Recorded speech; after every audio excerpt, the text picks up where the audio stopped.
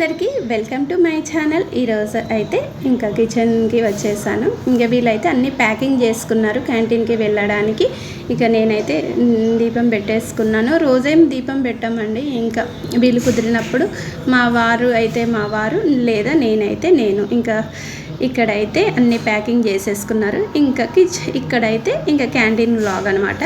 ఇంకా ప్లేన్ పరాటా అవుతుంది. ఇక్కడ ఆల్రెడీ ఫస్టే చపాతీ చేసేసుకుంటాము. లంచ్ వచ్చిన తర్వాత plain paratha start. Plain paratha అంటే ఏమో కాదు, లచ్చా పరాటా అని కూడా కొందరు అంటారు. మైదాతో చేస్తారు ఇది ప్లేన్ పరాటా.